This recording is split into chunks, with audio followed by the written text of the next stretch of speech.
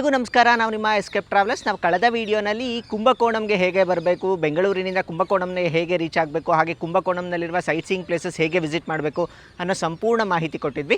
ಪ್ರಸ್ತುತ ಈ ವಿಡಿಯೋನಲ್ಲಿ ನಾವು ನವಗ್ರಹ ದೇವಸ್ಥಾನಗಳಿಗೆ ಸಂದರ್ಶನ ಮಾಡ್ತಾ ಇದ್ದೀವಿ. ಕಳೆದ ವಿಡಿಯೋನಲ್ಲಿ ಹೇಳಿದಾಗೆ ನಾವು ಟಿಟಿನ ಮಾತಾಡಿಕೊಂಡು ನವಗ್ರಹ ದೇವಸ್ಥಾನಗಳಿಗೆ ಹೋಗಬೇಕು ಅಂತ ಅಂದ್ಕೊಂಡಿದ್ದೀವಿ. ಈ ನವಗ್ರಹ ದೇವಸ್ಥಾನಗಳು ನಮಗೆ ಕುಂಭಕೋಣಂ ಸುತ್ತಮುತ್ತ ಇರುವ ದೇವಸ್ಥಾನಗಳಾಗಿರುತ್ತೆ. ತುಂಬ ವಿಶೇಷವಾದ ಜಾಗಗಳಾಗಿರುತ್ತೆ. ನಾವು ಅದನ್ನು ಟಿಟಿನಲ್ಲಿ ಹೋಗಿ ಸಂದರ್ಶನ ಮಾಡಬೇಕು ಅಂತ ಅಂದ್ಕೊಂಡಿದ್ದೀವಿ. ತುಂಬಾ ಚೆನ್ನಾಗಿರುತ್ತೆ ಈ ವ್ಲಾಗ್ ನೋಡಿದ್ರೆ ನೀವು ನವಗ್ರಹ ದೇವಸ್ಥಾನಗಳು ಎಲ್ಲೆಲ್ಲಿದೆ, ಹೇಗೆ ರೀಚ್ ಆಗಬೇಕು, ಹಾಗೆ ನೀವೇನಾದರೂ ಪ್ಯಾಕೇಜ್ ಟೂರ್ನಲ್ಲಿ ಹೋದರೆ ಹೇಗೆ ಹೋಗಬೇಕು ಅನ್ನೋ ಸಂಪೂರ್ಣ ಮಾಹಿತಿ ಈ ವಿಡಿಯೋನಲ್ಲಿ ಸಿಗುತ್ತೆ. ಮೊದಲಿಗೆ ನಾವು ಚಂದ್ರಗ್ರಹದಿಂದ ಪ್ರಾರಂಭ ಮಾಡ್ತಾ ಇದ್ದೀವಿ. ಚಂದ್ರಗ್ರಹ ದೇವಸ್ಥಾನ ಇರೋದು ನಮಗೆ ತಿಂಗಳೂರಿನಲ್ಲಿ. ಬನ್ನಿ ಇವಾಗ ದೇವಸ್ಥಾನಕ್ಕೆ ಹೋಗೋಣಂತೆ. ಈ ನವಗ್ರಹ ದೇವಸ್ಥಾನಗಳು ಕುಂಭಕೋಣಂ ಸುತ್ತ 9 ಊರುಗಳಲ್ಲಿದೆ. ಈ ಎಲ್ಲ ದೇವಸ್ಥಾನಗಳನ್ನ ಕವರ್ ಮಾಡೋದಕ್ಕೆ ಸುಮಾರು ಒಂದು 250 ಕಿಲೋಮೀಟರ್ ಆಗುತ್ತೆ. ಕುಂಭಕೋಣಂ ಸೆಂಟರ್ ಪ್ಲೇಸ್ ಆಗಿರುತ್ತೆ. ನೀವು ಕುಂಭಕೋಣಂನಲ್ಲಿ ಇದ್ಕೊಂಡು ಈ ಎಲ್ಲ ದೇವಸ್ಥಾನಗಳಿಗೆ ಹೋಗ್ಬೋದಾಗತ್ತೆ. ಐಡಿಯಲ್ ಆಗಿ ನೀವು ಇದನ್ನ ಫುಲ್ ಕಂಪ್ಲೀಟ್ ಆಗಿ ನೋಡೋದಕ್ಕೆ 2 ದಿನ ಬೇಕಾಗತ್ತೆ. ಸ್ವಲ್ಪ ಡೀಟೇಲ್ ಆಗಿ ನೋಡಬೇಕು ಅಂದರೆ, ಇಲ್ಲ ನಾವು ಒಂದೇ ದಿನದಲ್ಲಿ ಕಂಪ್ಲೀಟ್ ಮಾಡ್ಬೋದು ಅಂದರೆ ಹೌದು, ಒಂದೇ ದಿನದಲ್ಲಿ ಕೂಡ ಕಂಪ್ಲೀಟ್ ಮಾಡ್ಬೋದು. ಬೆಳಗಿನ ಜಾವ 5 ಗಂಟೆಗೆ ಪ್ರಾರಂಭ ಆದರೆ ರಾತ್ರಿ 8 ಗಂಟೆ ಅಷ್ಟೊತ್ತಿಗೆ ನೀವು ಕಂಪ್ಲೀಟ್ ಆಗಿ ನವಗ್ರಹ ದೇವಸ್ಥಾನಗಳನ್ನ ನೋಡ್ಬೋದಾಗಿರುತ್ತೆ. ಸ್ವಲ್ಪ ಹೆಕ್ಟಿಕ್ ಸ್ಕೆಡ್ಯೂಲ್ ಇರುತ್ತೆ ಅಷ್ಟೇ. ನವಗ್ರಹ ದೇವಸ್ಥಾನಗಳಲ್ಲಿ ಮೊದಲನೇ ದೇವಸ್ಥಾನವಾದ ಚಂದ್ರಗ್ರಹ ದೇವಸ್ಥಾನಕ್ಕೆ ಬಂದಿದ್ದೀವಿ. ಇಲ್ಲಿನ ವಿಶೇಷತೆ ಏನು ಅಂದರೆ, ಮೂಲ ನಮಗೆ ಶಿವನ ದೇವಸ್ಥಾನ ಆಗಿರುತ್ತೆ. ಶಿವನ ದೇವಸ್ಥಾನದಲ್ಲಿ ಒಂದು ಭಾಗವಾಗಿ ಉಪ ಆಲಯದ ರೀತಿಯಲ್ಲಿ ಒಂದೊಂದು ಗ್ರಹಕ್ಕೆ ಒಂದೊಂದು ದೇವಸ್ಥಾನ ಇರುತ್ತೆ. ಇಲ್ಲಿ ನಮಗೆ ಶಿವನನ್ನು ಕೈಲಾಸನಾಥರ್ ಅಂತ ಕರೀತಾರೆ. ಮೊದಲಿಗೆ ಚಂದ್ರಗ್ರಹದ ದರ್ಶನ ಮಾಡಿಕೊಂಡು ನಂತರ ನಾವು ಮುಂದೆ ಗುರುಗ್ರಹ ದರ್ಶನಕ್ಕೆ ಅಂತ ಹೋಗಬೇಕು ಅಂತ ಅಂದ್ಕೊಂಡಿದ್ದೀವಿ. ಈ ದೇವಸ್ಥಾನ ಒಂದು ಚಿಕ್ಕ ದೇವಸ್ಥಾನ ಅಂತಲೇ ಹೇಳ್ಬೋದು. ಒಳಗಡೆ ಒಂದು ಪ್ರತ್ಯೇಕ ಆಲಯದಲ್ಲಿ ನಾವು ಚಂದ್ರಗ್ರಹನನ್ನು ನೋಡ್ಬೋದಾಗತ್ತೆ. ಪುರಾಣಗಳಲ್ಲಿ ನಮಗೆ ಚಂದ್ರಗ್ರಹದ ಬಗ್ಗೆ ಸಾಕಷ್ಟು ಉಲ್ಲೇಖ ಇದೆ. ಬನ್ನಿ ಅದನ್ನು ಕೂಡ ತಿಳಿದುಕೊಳ್ಳೋಣಂತೆ. ದಕ್ಷರಾಜನ 27 ಹೆಣ್ಣು ಮಕ್ಕಳನ್ನು ಚಂದ್ರ ವಿವಾಹ ಮಾಡ್ಕೊಂಡಿರ್ತಾನೆ. ಅದರಲ್ಲಿ ಈ ಚಂದ್ರನಿಗೆ ರೋಹಿಣಿ ಅಂದರೆ ತುಂಬಾನೇ ಇಷ್ಟ ಇರುತ್ತೆ. ಅವನು ತುಂಬ ಹೊತ್ತುಗಳ ಕಾಲ ರೋಹಿಣಿ ಜೊತೆಗೆ ಕಾಲ ಕಳೀತಾ ಇರ್ತಾನೆ. ಇದರಿಂದ ಕೋಪಗೊಂಡ 26 ಹೆಂಡತಿಯರು ತನ್ನ ತಂದೆಯಾದ ದಕ್ಷನ ಹತ್ತಿರ ದೂರು ಕೊಡ್ತಾರೆ, ಚಂದ್ರನ ವಿರುದ್ಧ ದೂರು ಕೊಡ್ತಾರೆ. ಇದನ್ನು ಕೇಳಿದ ದಕ್ಷ ಮಹಾರಾಜ ಚಂದ್ರನ ಮೇಲೆ ಕೋಪ ಬರುತ್ತೆ. ಚಂದ್ರನಿಗೆ ಶಾಪವನ್ನು ಕೊಡ್ತಾನೆ, ನೀನು ದಿನೇ ದಿನೇ ಕಳೆಯನ್ನು ಕಳೆದುಕೊಳ್ತಾ ಹೋಗ್ತೀಯ ಅಂತ. ಅದೇ ರೀತಿ ಚಂದ್ರನು ಪ್ರತಿದಿನನೂ ಸ್ವಲ್ಪ ಸ್ವಲ್ಪ ತನ್ನ ಕಳೆಯನ್ನು ಕಳೆದುಕೊಳ್ತಾ ಹೋಗ್ತಾನೆ. ಮುಂದೆ ಚಂದ್ರದೇವನು ಈ ಜಾಗಕ್ಕೆ ಬಂದು ಶಿವನ ಕುರಿತು ಪ್ರಾರ್ಥನೆ ಮಾಡ್ತಾನೆ. ಶಿವನ ಕುರಿತು ಪ್ರಾರ್ಥನೆ ಮಾಡಿದಾಗ ಶಿವ ಚಂದ್ರನಿಗೆ ವರ ಕೊಡ್ತಾನೆ, ನಿನ್ನ ಕಳೆ ದಿನಕ್ಕೆ ಹೆಚ್ಚುತ್ತಾ ಹೋಗುತ್ತೆ ಅಂತ. ಹಾಗೆ ತನ್ನ ಆಭರಣವಾಗಿ ಶಿವನು ತನ್ನ ತಲೆಯ ಮೇಲೆ ಇಟ್ಕೊಳ್ತಾನೆ. ಹಾಗಾಗಿ ಇದು ಚಂದ್ರನಿಗೆ ಮುಡುಪಾದ ಕ್ಷೇತ್ರ ಅಂತ ಹೇಳ್ಬೋದು. ತುಂಬಾನೇ ವಿಶೇಷವಾದ ಕ್ಷೇತ್ರ. ಬನ್ನಿ ದೇವಸ್ಥಾನದ ಒಳಗಡೆ ಹೋಗಿ ನೋಡೋಣಂತೆ.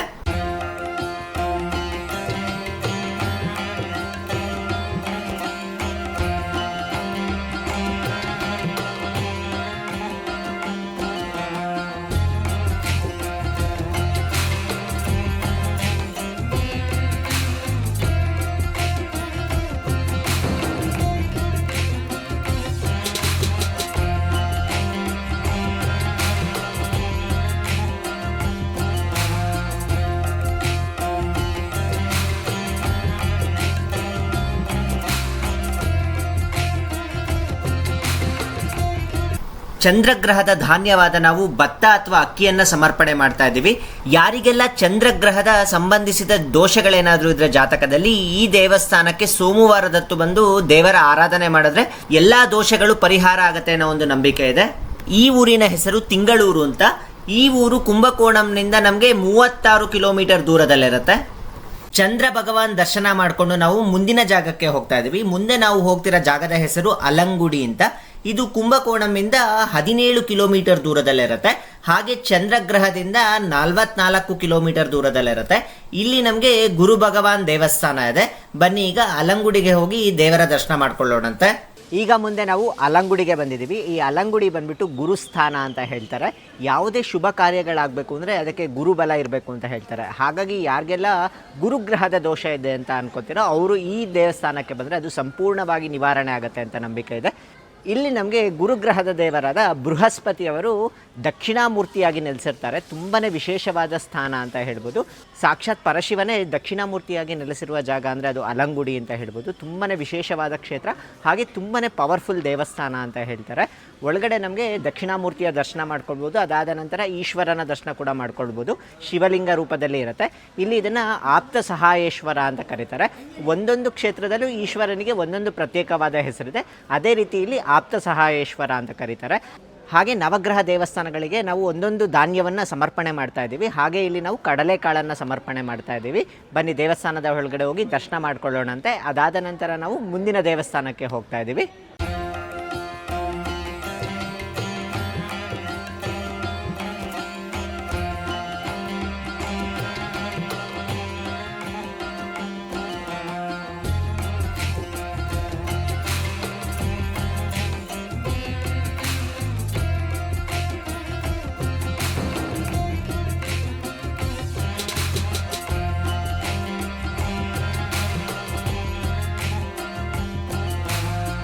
ಜ್ಯೋತಿಷ್ಯ ಶಾಸ್ತ್ರದ ಪ್ರಕಾರ ಗುರುಗ್ರಹ ಜ್ಞಾನ, ಸಂಪತ್ತು, ಅದೃಷ್ಟ ಮತ್ತು ಸಂತಾನಕಾರಕನಾಗಿರ್ತಾನೆ. ಗುರುಗ್ರಹವನ್ನು ಅತ್ಯಂತ ಶುಭ ಗ್ರಹ ಅಂತ ಪರಿಗಣಿಸಲಾಗುತ್ತೆ. ಗುರುವು ಶುಭವಾಗಿದ್ದರೆ ವೃತ್ತಿ ಜೀವನದಲ್ಲಿ ಯಶಸ್ಸು, ಆರ್ಥಿಕ ಸಮೃದ್ಧಿ ಮತ್ತು ಆಧ್ಯಾತ್ಮಿಕ ಪ್ರಗತಿ ನೀಡುತ್ತಾನೆ ಅನ್ನೋ ಒಂದು ನಂಬಿಕೆ ಇದೆ. ಹಾಗಾಗಿ ಈ ದೇವಸ್ಥಾನಕ್ಕೆ ಗುರುವಾರ ಭೇಟಿ ನೀಡಿದರೆ ತುಂಬಾ ವಿಶೇಷವಾಗಿರುತ್ತೆ ಅಂತ ಹೇಳ್ತಾರೆ. ಹಾಗೆ ತುಂಬಾನೇ ಹೆಚ್ಚಿನ ಫಲಗಳನ್ನ ಪಡೆದುಕೊಳ್ಬಹುದು ಅಂತ ಹೇಳ್ತಾರೆ. ಇಲ್ಲಿ ಸಾಕಷ್ಟು ಪೂಜಾ ವಿಧಾನಗಳು ಕೂಡ ಇದೆ. ನಿಮ್ಗೆ ಏನಾದ್ರು ಇಂಟ್ರೆಸ್ಟ್ ಇದ್ರೆ ಈ ದೇವಸ್ಥಾನಕ್ಕೆ ಬಂದು ಪೂಜೆಗಳನ್ನ ಮಾಡಿಸಬಹುದಾಗಿರುತ್ತೆ. ಈ ಕ್ಷೇತ್ರದಲ್ಲಿ ದಕ್ಷಿಣಾಮೂರ್ತಿಯವರು ಆಲದ ಮರದ ಕೆಳಗಡೆ ಕುಳಿತಿರುತ್ತಾರೆ. ಒಂದು ಕಾಲನ್ನ ಅಪಸ್ಮಾರನ ಮೇಲೆ ಇಟ್ಟಿರುತ್ತಾರೆ. ಹಾಗೆ ಇಲ್ಲಿ ದಕ್ಷಿಣಾಮೂರ್ತಿಯವರು ತನ್ನ ಶಿಷ್ಯರಿಗೆ ಮೌನದಿಂದನೇ ಎಲ್ಲಾ ಸಂಶಯಗಳನ್ನ ಪರಿಹಾರ ಮಾಡ್ತಾರಂತೆ. ಈ ಕ್ಷೇತ್ರಕ್ಕೆ ಮಕ್ಕಳನ್ನ ಕರ್ಕೊಂಡ್ಬರೋದ್ರಿಂದ ಅವರಿಗೆ ವಿದ್ಯಾರ್ಜನೆ ತುಂಬಾ ಚೆನ್ನಾಗಿ ಆಗತ್ತೆ ಅನ್ನೋ ಒಂದು ನಂಬಿಕೆ ಕೂಡ ಇದೆ. ನಾವು ನವಗ್ರಹ ದೇವಸ್ಥಾನಗಳನ್ನ ನೋಡೋದಕ್ಕೆ 10:00 ಪ್ರಾರಂಭ ಮಾಡಿದ್ದು ಬೆಳಗ್ಗೆ. ಈಗ ಮಧ್ಯಾಹ್ನ ಊಟದ ಸಮಯ ಆಗಿದೆ. ಕುಂಭಕೋಣಂಗೆ ಬಂದಿದ್ದೀವಿ. ಮತ್ತೆ ಗುರುಗ್ರಹದ ದರ್ಶನ ಆಯ್ತು. ಅದಾದ ನಂತರ ನಾವು ಊಟಕ್ಕೆ ಅಂತ ಕುಂಭಕೋಣಂಗೆ ಬಂದಿದ್ದೀವಿ. ನಮಗೆ ಊಟ ಸುತ್ತಮುತ್ತ ಎಲ್ಲೂ ಅಷ್ಟು ಚೆನ್ನಾಗಿರೋದಿಲ್ಲ. ಕುಂಭಕೋಣಂ ಊರಲ್ಲಾದರೆ ತುಂಬ ಚೆನ್ನಾಗಿರುತ್ತೆ ಅಂದರು. ಅದಕ್ಕೆ ಆನಂದ್ ಭವನ್ಗೆ ಊಟಕ್ಕೆ ಅಂತ ಬಂದಿದ್ದೀವಿ. ಊಟ ಮಾಡಿಕೊಂಡು ಇಲ್ಲಿಂದ ನಾವು ತಿರುನೆಲ್ಲಾರ್ಗೆ ಹೋಗಬೇಕು ಅಂತ ಅಂದ್ಕೊಂಡಿದ್ದೀವಿ. ಇಲ್ಲೆಲ್ಲ ಸೌತ್ ಇಂಡಿಯನ್ ಫುಡ್ ತುಂಬಾ ಚೆನ್ನಾಗಿ ಸಿಗುತ್ತೆ. ಸೌತ್ ಇಂಡಿಯನ್ ಊಟ ತೆಗೆದುಕೊಂಡಿದ್ದೀವಿ. ನೋಡೋಣ ಏನೇನು ವೆರೈಟೀಸ್ ಇರುತ್ತೆ ಅಂತ. ನಮ್ಮಮ್ಮ ಚಪಾತಿ ಮತ್ತು ಸಾಗು ತಿಂತಿದ್ದಾರೆ. ಚೆನ್ನಾಗಿದೆ ಅಂತ ಹೇಳಿದ್ರು. ಟೇಸ್ಟ್ ಹೇಗಿದೆ? ಚೆನ್ನಾಗಿದೆಯಾ? ಚಪಾತಿನೂ ನೋಡೋದಕ್ಕೂ ಚೆನ್ನಾಗಿದೆ. ನಮಗೆ ಸಾಗು ಕೊಟ್ಟಿದ್ದಾರೆ. ಸಾಗು ಜೊತೆಗೆ 2 ರೀತಿಯ ಪಲ್ಯ ಕೊಟ್ಟಿದ್ದಾರೆ. ನಂತರ ಪಾಯಸ ಕೊಟ್ಟಿದ್ದಾರೆ. ಮತ್ತು ಪಪ್ಪು ಕೊಟ್ಟಿದ್ದಾರೆ. ಪಪ್ಪು, ಸಾಂಬಾರು, ರಸಮ್ಮು ಜೊತೆಗೆ ಮಜ್ಜಿಗೆ. ಅನ್ನ ಮಾತ್ರ ಅನ್ಲಿಮಿಟೆಡ್ ಬಡಿಸ್ತಾರೆ. ಜೊತೆಗೆ ಒಂದು ಪಾಪಡ್ ಕೊಟ್ಟಿದ್ದಾರೆ. ಇಷ್ಟು ವೆರೈಟೀಸ್ ಇದೆ. ಈಗ ರೈಸ್ ಕೂಡ ಬಡಿಸಿದ್ರು. ನೋಡೋಣ ಟೇಸ್ಟ್ ಹೇಗಿದೆ ಅಂತ. ಮೊದಲಿಗೆ ಪಪ್ಪಿಂದ ಪ್ರಾರಂಭ ಮಾಡೋಣಂತೆ. ಆಂಧ್ರದಲ್ಲೆಲ್ಲ ಪಪ್ಪು ತುಂಬ ಚೆನ್ನಾಗಿರುತ್ತೆ. ಇಲ್ಲಿ ಹೇಗಿರುತ್ತೋ ನೋಡೋಣ. ಬಿಸಿ ಬಿಸಿ ಬಿಸಿ ಇದೆ. ಹಾಗೆ ಉದ್ರುದ್ರಾಗಿದೆ ಅನ್ನ. ನೋಡೋದಕ್ಕೆ ತುಂಬಾನೇ ಚೆನ್ನಾಗಿದೆ ಅಂತ ಅನ್ಸುತ್ತೆ. ನೋಡೋಣ ಟೇಸ್ಟ್ ಹೇಗಿದೆ ಅಂತ. ಟೇಸ್ಟ್ ತುಂಬಾನೇ ಚೆನ್ನಾಗಿದೆ ಅಂತ ಹೇಳ್ಬೋದು. ಸೌತ್ ಎಲ್ಲ ಆಲ್ಮೋಸ್ಟ್ ಚೆನ್ನಾಗಿ ಸಿಗುತ್ತೆ ನಮ್ಗಿಲ್ಲಿ. ನವಗ್ರಹಗಳಲ್ಲಿ 8 ಗ್ರಹಗಳು ನಮಗೆ ತಮಿಳುನಾಡಿನಲ್ಲಿದ್ರೆ 1 ಗ್ರಹ ನಮಗೆ ಪುದುಚೇರಿಗೆ ಸೇರುತ್ತೆ. ಈ ಪುದುಚೇರಿಗೆ ಸೇರಿದ ಗ್ರಹ ಯಾವುದು ಅಂದ್ರೆ ಅದು ತಿರುನೆಲ್ಲಾರ್ನ ಶನೇಶ್ವರನ ದೇವಸ್ಥಾನ ಆಗಿರುತ್ತೆ. ನೀವು ಪ್ರೈವೇಟ್ ಟ್ಯಾಕ್ಸಿ ಅಥವಾ ಪ್ರೈವೇಟ್ ವೆಹಿಕಲ್ ಮಾಡ್ಕೊಂಡ್ಬಂದ್ರೆ ನೀವು ಇಲ್ಲಿ TP-ನ ಕಟ್ಟಬೇಕಾಗಿರುತ್ತೆ. ಟೂರಿಸ್ಟ್ ಪರ್ಮಿಟ್ನ ಕಟ್ಟಬೇಕಾಗಿರುತ್ತೆ. ಟೆಂಪೋ ಟ್ರಾವೆಲ್ಗೆ 1000 ರೂಪಾಯಿ ಆಗಿರುತ್ತೆ. ಪ್ರಸ್ತುತ ಈಗ ನಾವು ತಿರುನೆಲ್ಲಾರ್ ಕ್ಷೇತ್ರಕ್ಕೆ ಬಂದಿದ್ದೀವಿ. ತಿರುನೆಲ್ಲಾರ್ ಕ್ಷೇತ್ರಕ್ಕೆ ಬಂದಾಗ ಮೊದಲಿಗೆ ನಾವು ನಳತೀರ್ಥವನ್ನು ಸಂದರ್ಶನ ಮಾಡಲೇಬೇಕಾಗತ್ತೆ. ನಳತೀರ್ಥದಲ್ಲಿ ಸ್ನಾನ ಮಾಡಬೇಕು. ಆ್ಯಕ್ಚುಲಿ ನಾವು ಸ್ನಾನ ಮಾಡ್ತಿಲ್ಲ, ಪ್ರೋಕ್ಷಣೆ ಮಾಡ್ಕೋತಾ ಇದ್ದೀವಿ. ಪ್ರೋಕ್ಷಣೆ ಮಾಡಿಕೊಂಡು ನಂತರ ಶನಿದೇವರ ದರ್ಶನಕ್ಕೆ ಅಂತ ಹೋಗಬೇಕು ಅಂತ ಅಂತಾರೆ. ನಿಮಗೆ ಶನಿದೇವರ ದೇವಸ್ಥಾನದ ವೃತ್ತ ಅಂತ ಹೇಳುವಾಗ ಈ ನಳತೀರ್ಥದ ಬಗ್ಗೆ ಕೂಡ ಹೇಳ್ತೀನಿ. ಬನ್ನಿ ಮೊದಲಿಗೆ ನಳತೀರ್ಥವನ್ನು ದರ್ಶನ ಮಾಡೋಣಂತೆ. ನಂತರ ಶನಿದೇವರ ದರ್ಶನಕ್ಕೆ ಅಂತ ಹೋಗೋಣಂತೆ. ಈ ತಿರುನೆಲ್ಲ ನಮಗೆ ಪುದುಚೇರಿನಲ್ಲಿರುತ್ತೆ. ನಮಗೆ ನವಗ್ರಹಗಳಲ್ಲಿ ಅತ್ಯಂತ ಪ್ರಮುಖವಾದ ಗ್ರಹ ಅಂದರೆ ಅದು ಶನಿಗ್ರಹ ಅಂತ ಹೇಳ್ಬೋದು. ಹಾಗಾಗಿ ಶನಿದೇವರ ಆರಾಧನೆ ಮಾಡುವಾಗ ವಿಶೇಷವಾಗಿ ಭಕ್ತಿಗಿಂತ ಭಯವೇ ಹೆಚ್ಚಿರುತ್ತೆ ಅಂತ ಹೇಳ್ಬೋದು. ಶನಿ ಬಂದ್ಬಿಟ್ಟು ಕರ್ಮಫಲದಾತನಾಗಿರ್ತಾನೆ. ಒಳ್ಳೆ ಕರ್ಮ ಮಾಡಿದ್ರೆ ಒಳ್ಳೆಯ ಫಲವನ್ನು ಕೊಡ್ತಾನೆ, ಅಥವಾ ಕೆಟ್ಟ ಕರ್ಮ ಮಾಡಿದ್ರೆ ಕೆಟ್ಟ ಫಲವನ್ನು ಕೊಡ್ತಾನೆ ಅಂತ ಹೇಳ್ಬೋದು. ಹಾಗಾಗಿ ಶನಿಯ ಅನುಗ್ರಹ ಆಗಬೇಕು ಅಂದರೆ ಮೊದಲಿಗೆ ನಳತೀರ್ಥದಲ್ಲಿ ಸ್ನಾನ ಮಾಡಬೇಕು. ನಳತೀರ್ಥದಲ್ಲಿ ಸ್ನಾನ ಮಾಡಿದ ನಂತರ ಇಲ್ಲೇ ಪಕ್ಕದಲ್ಲಿ ನಮಗೆ ವಿನಾಯಕನ ದೇವಸ್ಥಾನ ಇದೆ. ಇಲ್ಲಿ ಕರ್ಪೂರವನ್ನು ಹಚ್ಚಿ ಕಾಯನ್ನು ಹೊಡೆದು ಮುಂದೆ ನಾವು ಶನಿದೇವರ ದರ್ಶನಕ್ಕೆ ಹೋಗಬೇಕು.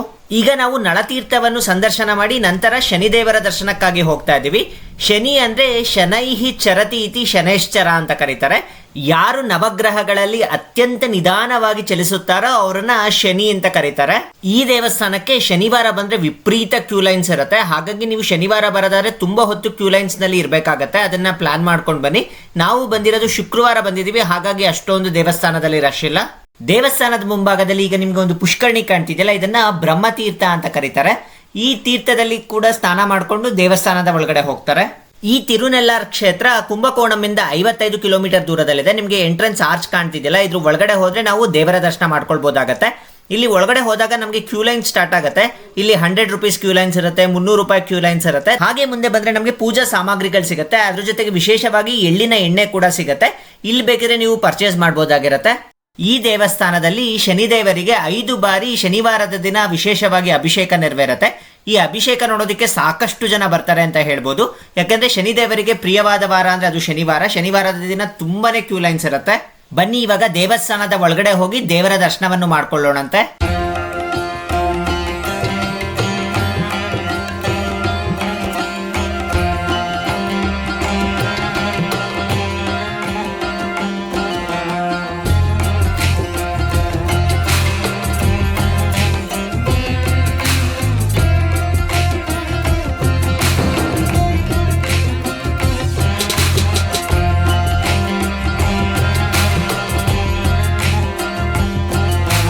ಶನಿಯು ನ್ಯಾಯ, ಕರ್ಮ ಮತ್ತು ಶನಿವಾರದ ಅಧಿಪತಿಯಾಗಿರ್ತಾರೆ. ಶನಿದೇವರು ಸಾಮಾನ್ಯವಾಗಿ ಕಪ್ಪು ಬಣ್ಣ ಹಾಗೆ ಕಾಗೆ ಅವರ ವಾಹನ ಆಗಿರುತ್ತೆ ಮತ್ತು ಕೈಯಲ್ಲಿ ದಂಡ ಅಥವಾ ಕತ್ತಿಯನ್ನು ಹಿಡಿದಿರುತ್ತಾರೆ. ಇನ್ನು ಶನಿದೇವರಿಗೆ ಪ್ರಿಯವಾದ ಧಾನ್ಯ ಎಳ್ಳು, ಹಾಗೆ ಶನಿದೇವರಿಗೆ ಪ್ರಿಯವಾದ ವಸ್ತ್ರ ನೀಲಿ ವಸ್ತ್ರ ಆಗಿರುತ್ತೆ. ಹಾಗಾಗಿ ಈ ಎರಡನ್ನು ಈ ದೇವಸ್ಥಾನದಲ್ಲಿ ಸಮರ್ಪಣೆ ಮಾಡಲು ಅಂತ ತಂದಿದ್ದೇವೆ. ಇನ್ನು ಈ ದೇವಸ್ಥಾನದ ಟೈಮಿಂಗ್ಸ್ ಬಂದ್ಬಿಟ್ಟು ಬೆಳಗ್ಗೆ 6 ಗಂಟೆಗೆ ಓಪನ್ ಮಾಡಿದ್ರೆ ಮಧ್ಯಾಹ್ನ 12ವರೆಗೆ ಕ್ಲೋಸ್ ಮಾಡ್ತಾರೆ. ಮತ್ತೆ ಸಾಯಂಕಾಲ 4 ಗಂಟೆಗೆ ಓಪನ್ ಮಾಡಿದ್ರೆ ರಾತ್ರಿ 8 ಗಂಟೆಗೆ ಕ್ಲೋಸ್ ಆಗುತ್ತೆ. ಇನ್ನು ಶನಿವಾರದ ಹೊತ್ತು ಸಾಕಷ್ಟು ಜನ ಇತ್ತು ಅಂದ್ರೆ ಇದು ಕ್ಲೋಸ್ ಮಾಡೋದಿಲ್ಲ. ಮಧ್ಯಾಹ್ನದ ಹೊತ್ತು ಕಂಟಿನ್ಯೂಸ್ ಆಗಿ ಓಪನ್ ಮಾಡೇ ಇರ್ತಾರೆ. ಇಲ್ಲಿರುವ ಶಿವನನ್ನು ದರ್ಬಾರಣ್ಯೇಶ್ವರ ಅಂತ ಕರೀತಾರೆ. ದರ್ಬಾರಣ್ಯೇಶ್ವರ ಅಂತ ಏಕೆ ಕರೀತಾರೆ ಅಂದ್ರೆ ಇಲ್ಲಿ ಪೂರ್ತಿ ದರ್ಬೆಗಳು ಬೆಳೀತಾ ಇದ್ರಂತೆ, ಅದಕ್ಕೆ ಇದನ್ನ ದರ್ಬಾರಣ್ಯ ಅಂತ ಕರೀತಾ ಇದ್ರು. ಹಾಗಾಗಿ ಇಲ್ಲಿ ನೆಲೆಸಿರುವ ಶಿವನನ್ನ ದರ್ಬಾರಣ್ಯೇಶ್ವರ ಅಂತ ಕರೀತಾರೆ. ಇಲ್ಲಿ ನಮ್ಗೆ ಶನಿದೇವರು ಶಿವನ ದ್ವಾರಪಾಲಕರಾಗಿ ನಾವು ನೋಡ್ಬೋದಾಗಿರತ್ತೆ. ಹಾಗಾಗಿ ಮೊದಲು ಶನಿದೇವರ ದರ್ಶನ ಮಾಡ್ಕೊಳ್ತೀವಿ, ನಂತರ ಶಿವನನ್ನು ದರ್ಶನ ಮಾಡ್ಕೊಳ್ಬೇಕಾಗತ್ತೆ. ಪುರಾಣಗಳ ಪ್ರಕಾರ ನಳಮಹಾರಾಜನು ಶನೈಶ್ಚರನ ಕೆಂಗಣ್ಣಿಗೆ ಗುರಿಯಾಗಿ ತನ್ನ ರಾಜ್ಯವನ್ನು ಕಳೆದುಕೊಳ್ಳುತ್ತಾನೆ. ವೈಭವದಿಂದ ಜೀವನ ನಡೆಸುತ್ತಿದ್ದ ನಳಮಹಾರಾಜನು ಅಷ್ಟ ಕಷ್ಟಗಳನ್ನು ಅನುಭವಿಸಬೇಕಾಗತ್ತೆ. ಮುಂದೆ ಭಾರದ್ವಾಜ ಮಹರ್ಷಿಗಳು ನಳಮಹಾರಾಜನಿಗೆ ಹೇಳುತ್ತಾರೆ, ನೀನು ತಿರುನೆಲ್ಲಾರಿಗೆ ಹೋಗಿ ಇಲ್ಲಿ ಪುಷ್ಕರಣಿಯಲ್ಲಿ ಸ್ನಾನ ಮಾಡಿ ನಂತರ ಇಲ್ಲಿ ದರ್ಬಾರಣ್ಯೇಶ್ವರನ ದರ್ಶನ ಮಾಡು, ನಿನಗೆ ಇದ್ದ ಶನಿಗ್ರಹದ ದೋಷ ಸಂಪೂರ್ಣವಾಗಿ ನಿವಾರಣೆ ಆಗುತ್ತೆ ಅಂತ ಹೇಳ್ತಾರೆ. ಅದೇ ರೀತಿ ನಳಮಹಾರಾಜನು ಈ ಕ್ಷೇತ್ರಕ್ಕೆ ಬಂದು ದರ್ಬಾರಣ್ಯೇಶ್ವರನ ದರ್ಶನ ಮಾಡಿದ ನಂತರ ಅವನಿಗೆ ಇದ್ದ ಶನಿಗ್ರಹದ ದೋಷ ಸಂಪೂರ್ಣವಾಗಿ ನಿವಾರಣೆ ಆಗುತ್ತೆ. ನಂತರ ನಳಮಹಾರಾಜನು ಕಳೆದುಕೊಂಡ ರಾಜ್ಯವು ಮರಳಿ ಹಿಂತಿರುಗುತ್ತೆ. ಹಾಗಾಗಿ ಇಲ್ಲಿರುವ ತೀರ್ಥವನ್ನು ನಳತೀರ್ಥ ಅಂತ ಕರೀತಾರೆ. ಮುಂದೆ ಪರಮೇಶ್ವರನು ಶನಿದೇವರಿಗೆ ಈ ಕ್ಷೇತ್ರದಲ್ಲಿ ನೆಲೆಸಲು ಆದೇಶವನ್ನು ಕೊಡ್ತಾರಂತೆ. ಅದರಂತೆ ಶನಿದೇವರು ಈ ಕ್ಷೇತ್ರದಲ್ಲಿ ನೆಲೆಸಿರುತ್ತಾರೆ. ಈಗ ತಾನೇ ದೇವರ ದರ್ಶನ ಆಯಿತು, ತುಂಬ ಚೆನ್ನಾಗಿ ದರ್ಶನ ಆಯಿತು. ಮೊದಲಿಗೆ ಶನೇಶ್ವರನ ದರ್ಶನ ಮಾಡಿದ್ವಿ, ಅದಾದ ನಂತರ ಶಿವನ ದರ್ಶನ ಕೂಡ ಆಯಿತು. ಇವಾಗ ನಾವು ಮುಂದಿನ ಜಾಗಕ್ಕೆ ಹೋಗ್ತಾ ಇದ್ದೀವಿ.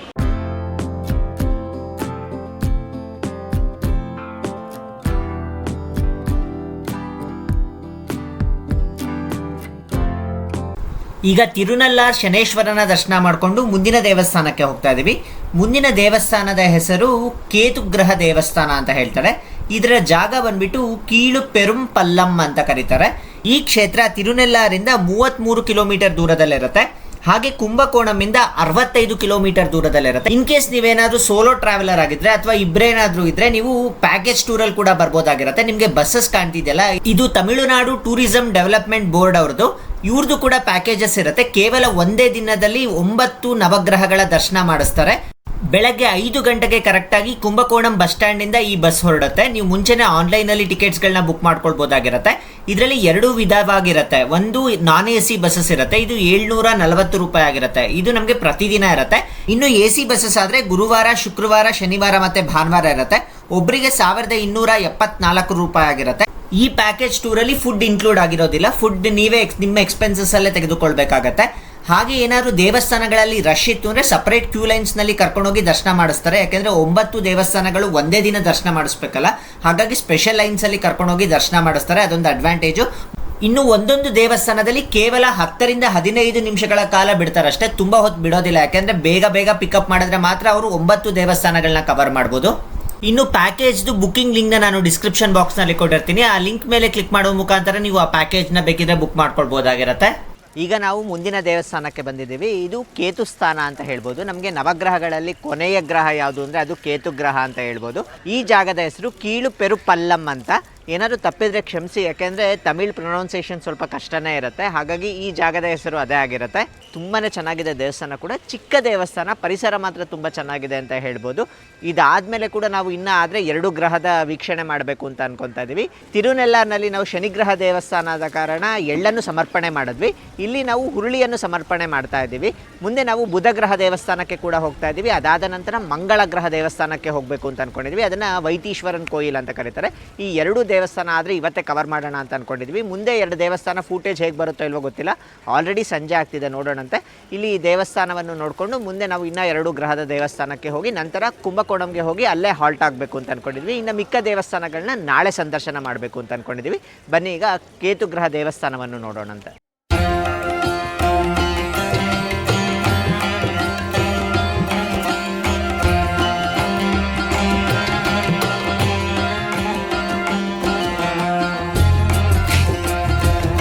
ಇಲ್ಲಿ ನೆಲೆಸಿರುವ ಶಿವನನ್ನು ನಾಗನಾಥೇಶ್ವರ ಅಂತ ಕರೀತಾರೆ. ಇನ್ನು ಇಲ್ಲಿ ಕೇತು ಗ್ರಹ ನೋಡಿದಾಗ ನಮಗೆ ಮಾನವನ ದೇಹ ಇರುತ್ತೆ, ಹಾಗೆ ಸರ್ಪದ ಮುಖ ಇರುತ್ತೆ. ಇದಕ್ಕೆ ಒಂದು ವಿಶೇಷವಾದ ಕಥೆ ಇದೆ. ನಾನು ನಿಮಗೆ ರಾಹು ಗ್ರಹ ದೇವಸ್ಥಾನ ತೋರಿಸುವಾಗ ಇದರ ಕಥೆ ಏನು ಅಂತ ಹೇಳ್ತೀನಿ. ಇನ್ನು ಈ ಕೇತು ಗ್ರಹವನ್ನು ನೆರಳು ಗ್ರಹ ಅಂತ ಕರೀತಾರೆ. ಕೇತು ಜಾತಕದಲ್ಲಿ ಶುಭ ಫಲವಾಗಿದ್ದರೆ ಜ್ಞಾನ ಹಾಗೆ ವೈರಾಗ್ಯ ಪ್ರಾಪ್ತಿಯಾಗತ್ತೆ ಅನ್ನೋ ಒಂದು ನಂಬಿಕೆ ಇದೆ. ಅದೇ ಏನಾದರೂ ಅಶುಭ ಫಲವಾಗಿದ್ದರೆ ಅನಿಶ್ಚಿತತೆ, ಮಾನಸಿಕ ಒತ್ತಡ ಮತ್ತು ವಿಚಿತ್ರ ರೋಗಗಳಿಂದ ನರಳುತ್ತಾರೆ ಅನ್ನೋ ಒಂದು ನಂಬಿಕೆ ಇದೆ. ಹಾಗಾಗಿ ಕೇತು ಗ್ರಹದ ದೋಷ ನಿವಾರಣೆ ಆಗಬೇಕು ಅಂದರೆ ಈ ಜಾಗಕ್ಕೆ ಬಂದು ದೇವರ ದರ್ಶನ ಮಾಡೋದ್ರಿಂದ ಎಲ್ಲಾ ದೋಷಗಳು ಪರಿಹಾರ ಆಗತ್ತೆ. ಈಗ ನಾವು ಕೇತುವಿನ ದರ್ಶನ ಆದ ನಂತರ ಬುಧ ಗ್ರಹದ ದರ್ಶನಕ್ಕೆ ಅಂತ ಹೋಗ್ತಾ ಇದ್ದೀವಿ. ಈ ಜಾಗದ ಹೆಸರು ತಿರುವೆಂಕಾಡು ಅಂತ. ಇದು ನಮಗೆ ಕುಂಭಕೋಣಂನಿಂದ 60 ಕಿಲೋಮೀಟರ್ ದೂರದಲ್ಲಿರುತ್ತೆ. ಹಾಗೂ ಕೇತು ಗ್ರಹ ದೇವಸ್ಥಾನದಿಂದ ಕೇವಲ 7 ಕಿಲೋಮೀಟರ್ ದೂರದಲ್ಲಿರುತ್ತೆ. ಈಗ ನಾವು ಮುಂದಿನ ದೇವಸ್ಥಾನಕ್ಕೆ ಬಂದಿದ್ದೀವಿ. ಈ ಜಾಗವನ್ನು ತಿರುವೆಂಕಾಡು ಅಂತ ಕರೀತಾರೆ. ಇದು ಬುಧನ ಆಸ್ಥಾನ ಅಂತ ಹೇಳ್ತಾರೆ. ಇಲ್ಲಿ ದೇವರಿರೋದು ನಮಗೆ ಶ್ವೇತಾರಣ್ಯೇಶ್ವರ ಸ್ವಾಮಿ ದೇವಸ್ಥಾನ ಅಂತ ಹೇಳ್ತಾರೆ. ಅಲ್ಲೇ ನಮಗೆ ಒಂದು ಚಿಕ್ಕ ದೇವಸ್ಥಾನದಲ್ಲಿ ಬುಧನನ್ನು ಕೂಡ ದರ್ಶನ ಮಾಡ್ಕೊಳ್ಬೋದಾಗತ್ತೆ. ಈ ದೇವಸ್ಥಾನದಲ್ಲಿ ನಾವು ಹೆಸರು ಕಾಳನ್ನ ಸಮರ್ಪಣೆ ಮಾಡ್ತಾ ಇದ್ದೀವಿ. ಬನ್ನಿ ದೇವಸ್ಥಾನದ ಒಳಗಡೆ ಹೋಗೋಣಂತೆ.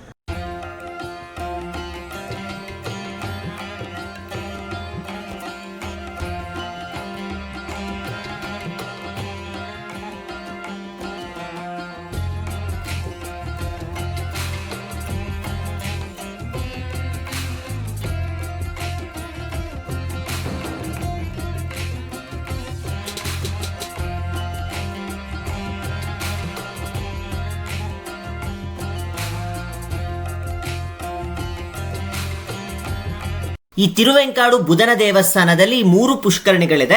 ಒಂದನ್ನ ಸೂರ್ಯ ತೀರ್ಥ ಅಂತ ಕರೀತಾರೆ, ಇನ್ನೊಂದನ್ನ ಚಂದ್ರ ತೀರ್ಥ ಅಂತ ಕರೀತಾರೆ, ಹಾಗೆ ಮತ್ತೊಂದನ್ನ ಅಗ್ನಿ ತೀರ್ಥ ಅಂತ ಕರೀತಾರೆ.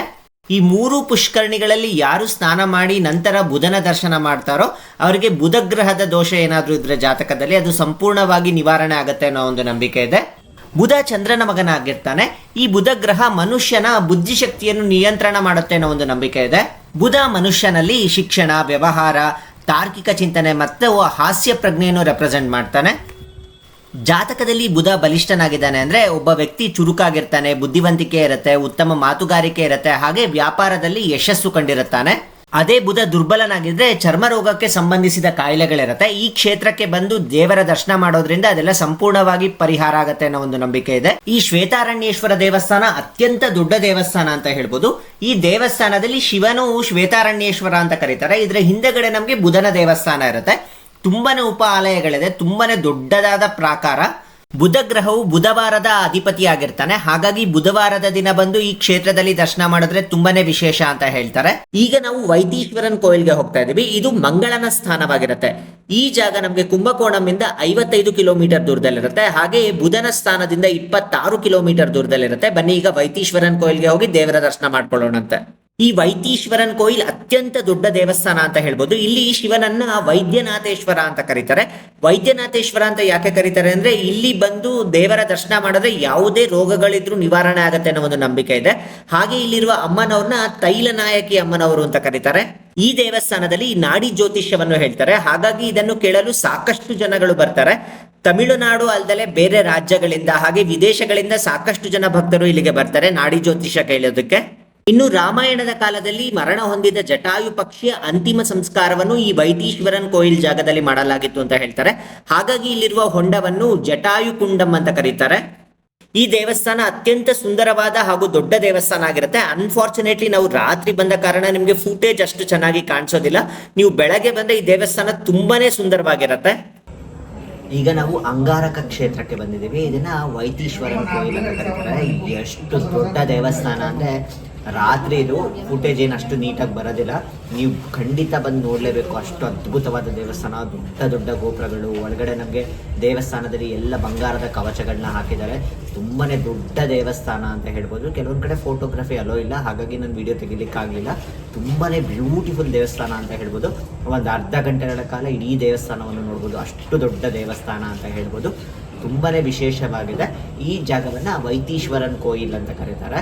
ಇಲ್ಲಿ ನಾವು ಮಂಗಳ ಗ್ರಹಕ್ಕೆ ತೊಗರಿಬೇಳೆಯನ್ನು ಸಮರ್ಪಣೆ ಮಾಡಿದ್ದೀವಿ. ಇನ್ನು ನಾಳೆ 3 ದೇವಸ್ಥಾನಗಳಿಗೆ ಹೋಗಬೇಕು ಅಂತ ಅಂದ್ಕೊಂಡಿದ್ದೀವಿ. ಸೂರ್ಯನ ದೇವಸ್ಥಾನ ಬಾಕಿ ಇದೆ, ಶುಕ್ರನ ದೇವಸ್ಥಾನ ಬಾಕಿ ಇದೆ, ಹಾಗೆ ರಾಹುವಿನ ದೇವಸ್ಥಾನ ಬಾಕಿ ಇದೆ. ಅದು ನಾಳೆ ಕವರ್ ಮಾಡೋಣ ಅಂತ ಅಂದ್ಕೊಂಡಿದ್ದೀವಿ. ಈ ದೇವಸ್ಥಾನದಲ್ಲಿರುವ ಪುಷ್ಕರಣಿಯನ್ನು ಸಿದ್ಧಾಮೃತ ಪುಷ್ಕರಣಿ ಅಂತ ಕರೀತಾರೆ. ಯಾರು ಈ ಪುಷ್ಕರಣಿಯಲ್ಲಿ ಸ್ನಾನ ಮಾಡ್ತಾರೋ ಅವರಿಗೆ ಚರ್ಮ ರೋಗದ ಸಂಬಂಧಿಸಿದ ಕಾಯಿಲೆಗಳಿದ್ರೆ ನಿವಾರಣೆ ಆಗುತ್ತೆ ಅಂತ ನಂಬಿಕೆ ಇದೆ.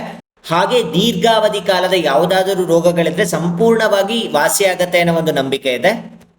ಮಂಗಳನ ಸಂಬಂಧಿಸಿದ ದೇವಸ್ಥಾನಗಳು ಪ್ರಮುಖವಾಗಿ ನಮಗೆ 2 ದೇವಸ್ಥಾನಗಳಿದೆ. ಒಂದು ಉಜ್ಜಯಿನಿನಲ್ಲಿದೆ, ಅದನ್ನ ಮಂಗಳನಾಥ ಸ್ವಾಮಿ ದೇವಸ್ಥಾನ ಅಂತ ಕರೀತಾರೆ. ಆ ದೇವಸ್ಥಾನಕ್ಕೆ ಕೂಡ ನಾವು ವಿಸಿಟ್ ಮಾಡಿದ್ವಿ. ನಮ್ಮ ಉಜ್ಜಯಿನಿ ಬ್ಲಾಗ್ಸ್ ನ ನೋಡಿದ್ರೆ ನೀವು ಆ ದೇವಸ್ಥಾನವನ್ನು ನೋಡ್ಬೋದಾಗಿರುತ್ತೆ. ಇನ್ನು ನಮಗೆ 2ನೇ ದೇವಸ್ಥಾನ ಅಂದ್ರೆ ತಮಿಳುನಾಡಿನಲ್ಲಿರುವ ಈ ವೈತೀಶ್ವರನ್ ಕೋಯಿಲ್ ಅಂತ ಹೇಳ್ಬೋದು. ಯಾರಿಗೆಲ್ಲ ಮದುವೆನಲ್ಲಿ ತಡವಾಗ್ತಿದ್ಯೋ ಅಥವಾ ಕುಜದೋಷದಿಂದ ಬಳಲ್ತಾ ಇದ್ದೀರೋ ಅವರು ಈ ದೇವಸ್ಥಾನಕ್ಕೆ ಬಂದ್ರೆ ಸಂಪೂರ್ಣವಾಗಿ ನಿವಾರಣೆ ಆಗತ್ತೆ ಅಂತ ಒಂದು ನಂಬಿಕೆ ಇದೆ.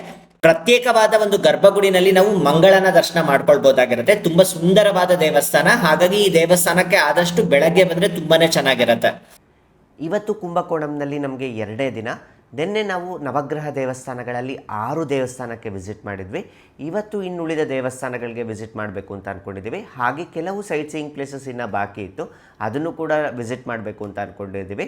ನಾವು ನವಗ್ರಹ ದೇವಸ್ಥಾನಗಳನ್ನ ಸಪ್ರೇಟ್ ವೀಡಿಯೋ ಮಾಡ್ತೀವಿ, ಹಾಗೆ ಕುಂಭಕೋಣಂ ಸುತ್ತಮುತ್ತ ಸೈಟ್ ಸೀಯಿಂಗ್ ಪ್ಲೇಸಸ್ನ ಸಪ್ರೇಟ್ ವೀಡಿಯೋ ಮಾಡಿರ್ತೀನಿ. ನೀವು ನೀಟಾಗಿ ನೋಡಿದ್ರೆ ಕಂಪ್ಲೀಟಾಗಿ ಇನ್ಫಾರ್ಮೇಷನ್ ಸಿಗುತ್ತೆ, ಯಾವ್ಯಾವ ಪ್ಲೇಸಸ್ ನೀವು ಹೋಗ್ಬೋದು, ಹಾಗೆ ಇನ್ನೆಲ್ಲ ಯಾವ್ಯಾವ ಪ್ಲೇಸಸ್ ಇದೆ. ನಾವು ಹೋಗದಿರೋ ಪ್ಲೇಸಸ್ ಕೂಡ ಕೆಲವು ಮೆನ್ಷನ್ ಮಾಡಿರ್ತೀನಿ. ನಿಮ್ಗೇನಾದರೂ ಟೈಮ್ ಇತ್ತು ಅಂದರೆ ನೀವು ಹೋಗಿ ದರ್ಶನ ಮಾಡ್ಕೊಂಡು ಬರ್ಬೋದಾಗಿರುತ್ತೆ. ಇನ್ನು ನಿನ್ನೆ 6 ಗ್ರಹಗಳ ದೇವಸ್ಥಾನ ನೋಡಿದ್ವಲ್ಲ, ಇನ್ನು 3 ಗ್ರಹ ಯಾವ್ದು ಅಂದರೆ ಶುಕ್ರನ ದೇವಸ್ಥಾನ ನೋಡಿಲ್ಲ, ಹಾಗೆ ರಾಹುವಿನ ದೇವಸ್ಥಾನ ನೋಡಿಲ್ಲ, ಅದ್ರ ಜೊತೆಗೆ ಸೂರ್ಯನ ದೇವಸ್ಥಾನ ನೋಡಿಲ್ಲ. ಈ 3 ದೇವಸ್ಥಾನಗಳಿಗೆ ಇವತ್ತೇ ಹೋಗಿ ಬರಬೇಕು ಅಂತ ಅಂದ್ಕೊಂಡಿದ್ದೀವಿ. ಇನ್ ಕೇಸ್ ಏನಾದರೂ ನೀವು ಈ 9 ಗ್ರಹವನ್ನು ಒಂದೇ ದಿನ ನೋಡಬೇಕು ಅಂದರೆ ಬೆಳಗಿನ ಜಾವ 5 ಗಂಟೆಗೆ ಪ್ರಾರಂಭ ಮಾಡಿದ್ರೆ ಆರಾಮಾಗಿ ಕಂಪ್ಲೀಟ್ ಮಾಡ್ಬೋದಾಗಿರುತ್ತೆ. ಒಂದೇ ದಿನದಲ್ಲಿ ನೀವು ಈ 9 ಗ್ರಹದ ದೇವಸ್ಥಾನಕ್ಕೆ ಹೋಗಿ ಬರ್ಬೋದಾಗತ್ತೆ. ಬಟ್ ನಾವು ಟ್ರೈನಲ್ಲಿ ಬಂದ ಕಾರಣ ನಮಗೆ ಕವರ್ ಮಾಡೋದಕ್ಕೆ ಸಾಧ್ಯ ಆಗಲಿಲ್ಲ. ನೀವೇನಾದರೂ ಓನ್ ವೆಹಿಕಲಲ್ಲಿ ಬಂದು ಅಥವಾ ಹಿಂದಿನ ದಿನವೇ ಬಂದು ನೀವು ಕುಂಭಕೋಣಂನಲ್ಲಿ ಹಾಲ್ಟ್ ಆಗಿದ್ದರೆ ಒಂದೇ ದಿನದಲ್ಲಿ ನವಗ್ರಹ ದೇವಸ್ಥಾನವನ್ನು ಸಂದರ್ಶನ ಮಾಡಿಕೊಂಡು ನೆಕ್ಸ್ಟ್ ಡೇ ನೀವು ಮತ್ತೆ ರಿಟರ್ನ್ನ ತೆರಳ್ಬೋದಾಗಿರುತ್ತೆ. ನೀವೇನಾದ್ರೂ ಒಂದೇ ದಿನ ಈ ನವಗ್ರಹ ದೇವಸ್ಥಾನಗಳಿಗೆ ಹೋಗ್ಬೇಕು ಅಂದ್ರೆ ಯಾವ ಆರ್ಡರ್ ನಲ್ಲಿ ಹೋದ್ರೆ ಕವರ್ ಆಗುತ್ತೆ ಅನ್ನೋ ಇನ್ಫಾರ್ಮೇಶನ್ ಕೂಡ ನಾನು ಡಿಸ್ಕ್ರಿಪ್ಷನ್ ಬಾಕ್ಸ್ ನಲ್ಲಿ ಕೊಟ್ಟಿರ್ತೀನಿ. ಹಾಗೆ ಪ್ರತಿಯೊಂದು ದೇವಸ್ಥಾನದ ಪಕ್ಕ ನಿಮಗೆ ಗೂಗಲ್ ಮ್ಯಾಪ್ ಲೊಕೇಶನ್ ಇರುತ್ತೆ. ಆ ಲೊಕೇಶನ್ ಮೇಲೆ ಕ್ಲಿಕ್ ಮಾಡಿದ್ರೆ ನೇರವಾಗಿ ಆ ದೇವಸ್ಥಾನದ ಹತ್ರ ಕರ್ಕೊಂಡು ಹೋಗುತ್ತೆ. ಈಗ ಪ್ರಸ್ತುತ ನಾವು ತಿರುನಾಗೇಶ್ವರಂಗೆ ಹೋಗ್ತಾ ಇದೀವಿ. ಈ ತಿರುನಾಗೇಶ್ವರಂ ಬಂದ್ಬಿಟ್ಟು ರಾಹುವಿನ ಸ್ಥಾನ ಅಂತ ಹೇಳ್ತಾರೆ. ಈ ತಿರುನಾಗೇಶ್ವರಂ ದೇವಸ್ಥಾನ ನಮಗೆ ಕುಂಭಕೋಣಂನಿಂದ 8 ಕಿಲೋಮೀಟರ್ ದೂರದಲ್ಲಿರುತ್ತೆ. ಇದು ಕೂಡ ಅತ್ಯಂತ ದೊಡ್ಡ ದೇವಸ್ಥಾನ ಅಂತ ಹೇಳ್ಬೋದು. ಬನ್ನಿ ಈಗ ತಿರುನಾಗೇಶ್ವರಂ ದೇವಸ್ಥಾನದ ಒಳಗಡೆ ಹೋಗಿ ರಾಹುವಿನ ದರ್ಶನ ಪಡೆಯೋಣಂತೆ.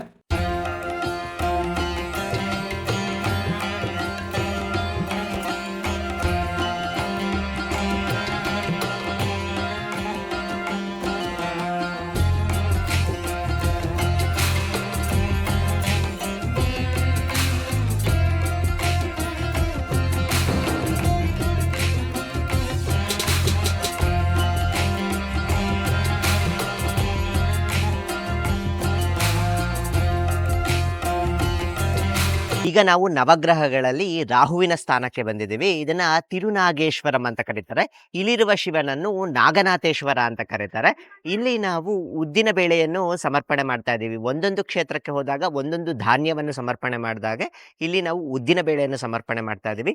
ಇಲ್ಲಿ ಪತ್ನಿಯರ ಜೊತೆ ರಾಹು ಭಗವಾನ್ ನೆಲೆಸಿರ್ತಾರೆ. ತುಂಬಾ ವಿಶೇಷವಾದ ಜಾಗ ಅಂತ ಹೇಳ್ಬೋದು. ತುಂಬಾನೇ ಚೆನ್ನಾಗಿದೆ, ಹಾಗೆ ತುಂಬಾನೇ ದೊಡ್ಡ ದೇವಸ್ಥಾನ ಅಂತ ಹೇಳ್ಬೋದು. ಈ ದೇವಸ್ಥಾನದಲ್ಲಿ ಪ್ರತ್ಯೇಕ ವಿಶೇಷತೆ ಇದೆ. ಅದೇನು ಅಂದ್ರೆ ಇಲ್ಲಿ ರಾಹುವಿಗೆ ಹಾಲಿನಿಂದ ಅಭಿಷೇಕ ಮಾಡಿದ್ರೆ ಅದು ನೀಲಿ ಬಣ್ಣಕ್ಕೆ ಪರಿವರ್ತನೆ ಆಗುತ್ತಂತೆ. ಅದೊಂದು ಪ್ರತ್ಯೇಕತೆ ಅಂತ ಹೇಳ್ಬೋದು. ತುಂಬ ವಿಶಾಲವಾದ ದೇವಸ್ಥಾನ, ಹಾಗೆ ತುಂಬ ದೊಡ್ಡದಾದ ದೇವಸ್ಥಾನ. ಬನ್ನಿ ಒಳಗಡೆ ಹೋಗ್ಬಿಟ್ಟು ದೇವರ ದರ್ಶನ ಮಾಡ್ಕೊಳ್ಳೋಣಂತೆ. ಪುರಾಣಗಳಲ್ಲಿ ರಾಹು ಮತ್ತೆ ಕೇತು ಗ್ರಹ ಜನನ ಸಂಬಂಧಿಸಿದಂತೆ ಒಂದು ಪ್ರತ್ಯೇಕವಾದ ಕಥೆ ಇದೆ. ಅದನ್ನೇನು ಅಂತ ನೋಡೋಣಂತೆ ಬನ್ನಿ ಈಗ. ಅಮೃತಕ್ಕಾಗಿ ಕ್ಷೀರಸಾಗರದ ಮಂಥನ ನಡೆಯುತ್ತೆ. ಇದನ್ನ ದೇವದಾನವರು ಮಾಡ್ತಾರೆ. ಕಡೆಯದಾಗಿ ಅದರಿಂದ ಅಮೃತ ಉದ್ಭವ ಆದ ನಂತರ ಮೋಹಿನಿ ಅವತಾರದಲ್ಲಿ ಶ್ರೀ ಮಹಾವಿಷ್ಣುವು ದೇವತೆಗಳಿಗೆ ಈ ಅಮೃತವನ್ನು ಹಂಚ್ತಾನೆ. ಮುಂದೆ ಸರ್ವಭಾನು ಎಂಬ ಅಸುರನು ದೇವತೆಯ ವೇಷ ಧರಿಸಿ ಸೂರ್ಯ ಮತ್ತೆ ಚಂದ್ರನ ಮಧ್ಯೆ ನಿಂತ್ಕೋತಾನೆ. ಅಮೃತಕ್ಕಾಗಿ ಸಾಲಿನಲ್ಲಿದ್ದ ಪ್ರತಿಯೊಂದು ದೇವತೆಗೆ ಅಮೃತವನ್ನು ಮೋಹಿನಿ ಕೊಡುತ್ತಾ ಬರ್ತಾಳೆ. ಅದರಂತೆ ಸರ್ವಭಾನುಗೂ ಕೂಡ ಅಮೃತವನ್ನು ಕೊಡ್ತಾಳೆ. ನಂತರ ಸೂರ್ಯ ಚಂದ್ರರು ಸರ್ವಭಾನು ಒಬ್ಬ ಅಸುರ ಅಂತ ಗುರುತು ಮಾಡ್ತಾರೆ. ಅಷ್ಟೊತ್ತಿಗೆ ಅವನು ಅಮೃತ ಪಾನವನ್ನು ಮಾಡ್ಬಿಟ್ಟಿರ್ತಾನೆ. ಇದನ್ನು ಅರಿತ ಶ್ರೀ ಮಹಾವಿಷ್ಣುವು ತನ್ನ ಸುದರ್ಶನ ಚಕ್ರದಿಂದ ಸರ್ವಭಾನುವಿನ ಶಿರಶ್ಛೇದನವನ್ನು ಮಾಡ್ತಾನೆ. ಆದ್ರೆ ಅವನು ಆಗ್ಲೇ ಅಮೃತ ಕುಡಿದ ಕಾರಣ ತಲೆ ಮತ್ತು ದೇಹ ಪ್ರತ್ಯೇಕವಾಗಿ ಜೀವ ಇರುತ್ತೆ. ಇದನ್ನು ನೋಡಿದ ಬ್ರಹ್ಮದೇವರು ಒಂದು ಸರ್ಪದ ತಲೆಯನ್ನು ಮತ್ತೆ ಬಾಲವನ್ನು ಈ ಎರಡು ಭಾಗಗಳಿಗೆ ಜೋಡಿಸ್ತಾರೆ. ಹಾಗಾಗಿ ರಾಹು ಮತ್ತೆ ಕೇತುವಿನ ಜನನ ಅವಾಗ ಆಗತ್ತೆ ಅಂತ ಹೇಳ್ತಾರೆ. ಹಾಗಾಗಿ ರಾಹುವಿಗೆ ಮನುಷ್ಯನ ಮುಖ ಹಾಗೆ ಸರ್ಪದ ದೇಹ ಇರುತ್ತೆ. ಕೇತುವಿಗೆ ಸರ್ಪದ ಮುಖ ಹಾಗೆ ಮನುಷ್ಯನ ದೇಹ ಕಾಣ್ಬೋದಾಗಿರುತ್ತೆ.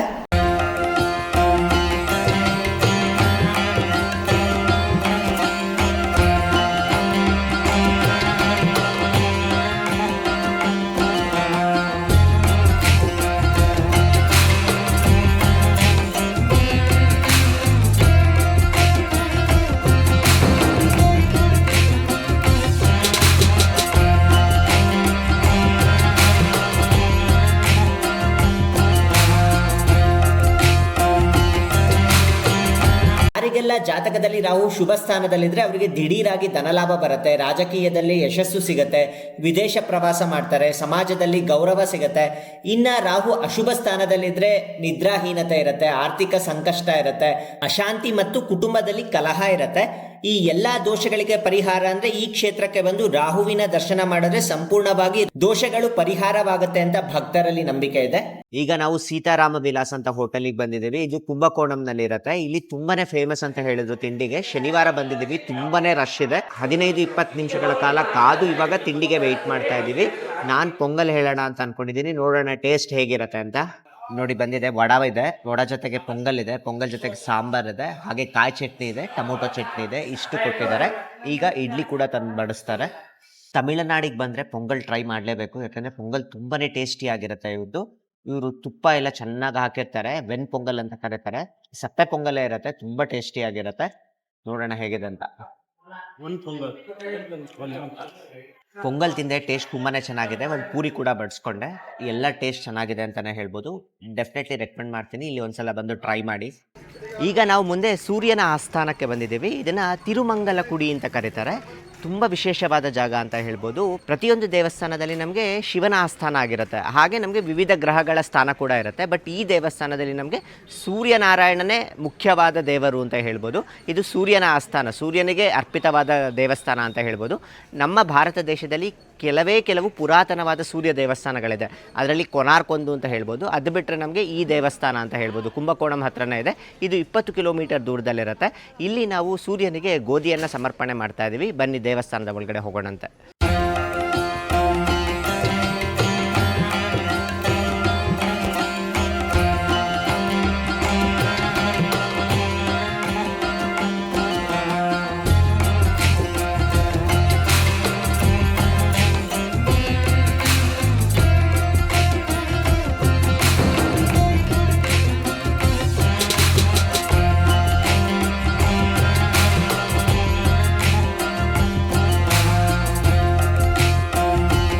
ಈ ದೇವಸ್ಥಾನವನ್ನು 11ನೇ ಶತಮಾನದಲ್ಲಿ ಚೋಳರಾಜನಾದ ಮೊದಲನೆಯ ಕುಲೋತ್ತುಂಗ ಚೋಳ ನಿರ್ಮಿಸಿದ್ದಾನೆ. ಈ ದೇವಸ್ಥಾನದ ಗರ್ಭಗುಡಿಯಲ್ಲಿ ಸೂರ್ಯನು ತನ್ನ ಪತ್ನಿಯರಾದ ಉಷಾ ಮತ್ತೆ ಪ್ರತ್ಯುಷಾ ದೇವಿಯರೊಂದಿಗೆ ನೆಲೆಸಿದ್ದಾನೆ. ಈ ದೇವಸ್ಥಾನದ ಮತ್ತೊಂದು ವಿಶೇಷತೆ ಏನಂದ್ರೆ, ಸಾಧಾರಣವಾಗಿ ನಾವು ಬೇರೆ ದೇವಸ್ಥಾನಗಳಲ್ಲಿ ನವಗ್ರಹಗಳನ್ನ ನೋಡಿದಾಗ ಸೂರ್ಯ ಮಧ್ಯದಲ್ಲಿರ್ತಾನೆ, ಬೇರೆ ಗ್ರಹಗಳು ಸುತ್ತಾ ಇರುತ್ತೆ. ಅದೇ ರೀತಿ ಈ ದೇವಸ್ಥಾನದಲ್ಲಿ ಅಂತ ಹೇಳ್ಬೋದು. ಮಧ್ಯದಲ್ಲಿ ನಮಗೆ ಸೂರ್ಯನ ದೇವಾಲಯ ನೋಡ್ಬೋದಾಗಿರುತ್ತೆ, ಸುತ್ತ ನಾವು ನವಗ್ರಹ ದೇವಸ್ಥಾನಗಳನ್ನ ನೋಡ್ಬೋದಾಗಿರುತ್ತೆ. ಅದೊಂದು ವಿಶೇಷತೆ ಅಂತ ಹೇಳ್ಬೋದು. ಬಟ್ ಪ್ರಸ್ತುತ ಈ ದೇವಸ್ಥಾನ ಈಗ ರಿನೋವೇಷನ್ ಆಗ್ತಿದೆ. ಸೂರ್ಯನ ಗರ್ಭಗುಡಿ ಬಿಟ್ಬಿಟ್ಟು ಬೇರೆ ಎಲ್ಲಾ ದೇವರ ಗರ್ಭಗುಡಿಗಳನ್ನ ರಿನೋವೇಷನ್ ಮಾಡ್ತಾ ಇದ್ದಾರೆ. ಹಾಗಾಗಿ ಸದ್ಯಕ್ಕೆ ಎಲ್ಲಾ ದೇವರನ್ನ ಒಂದೇ ಕಡೆ ಇಟ್ಟಿದ್ದಾರೆ. ಇನ್ನು ಜಾತಕದಲ್ಲಿ ಸೂರ್ಯನು ಯಾರಿಗೆ ಉತ್ತಮ ಸ್ಥಾನದಲ್ಲಿರ್ತಾರೋ ಅಂಥವರು ಉತ್ತಮ ನಾಯಕರಾಗುತ್ತಾರೆ, ಸಮಾಜದಲ್ಲಿ ಕೀರ್ತಿ ಪಡೆಯುತ್ತಾರೆ, ಹಾಗೆ ಆರೋಗ್ಯವಂತರಾಗಿರ್ತಾರೆ. ಇನ್ನು ಸೂರ್ಯ ದುರ್ಬಲನಾಗಿದ್ದರೆ ಅವರಿಗೆ ಕಣ್ಣಿನ ಸಮಸ್ಯೆ ಇರುತ್ತೆ, ಹೃದಯ ಸಂಬಂಧಿ ಕಾಯಿಲೆಗಳಿರುತ್ತೆ. ಹಾಗಾಗಿ ಯಾರಿಗೆಲ್ಲ ಸೂರ್ಯ ದೋಷ ಇದೆಯೋ ಅವರು ಈ ದೇವಸ್ಥಾನಕ್ಕೆ ಬಂದು ದೇವರ ದರ್ಶನ ಮಾಡೋದ್ರಿಂದ ಅದು ಸಂಪೂರ್ಣವಾಗಿ ನಿವಾರಣೆ ಆಗುತ್ತೆ ಅನ್ನೋ ಒಂದು ನಂಬಿಕೆ ಇದೆ. ಸೂರ್ಯನ ದರ್ಶನ ಆದ ನಂತರ ನಾವು ಇವಾಗ ಕಂಜನೂರಿಗೆ ಬಂದಿದ್ದೀವಿ. ಕಂಜನೂರು ಬಂದ್ಬಿಟ್ಟು ಶುಕ್ರ ಸ್ಥಾನ. ಈ ಕಂಜನೂರು ಕುಂಭಕೋಣಂನಿಂದ 20 ಕಿಲೋಮೀಟರ್ ದೂರದಲ್ಲಿದೆ. ಬನ್ನಿ ಈಗ ಕಂಜನೂರು ಶುಕ್ರನ ದರ್ಶನ ಮಾಡೋಣಂತೆ. ಈಗ ನವಗ್ರಹಗಳಲ್ಲಿ ಕೊನೆಯ ಸ್ಥಾನವಾದ ಶುಕ್ರನ ದೇವಸ್ಥಾನಕ್ಕೆ ಬಂದಿದ್ದೀವಿ. ಇದನ್ನ ಕಂಜನೂರ್ ಅಂತ ಕರೀತಾರೆ.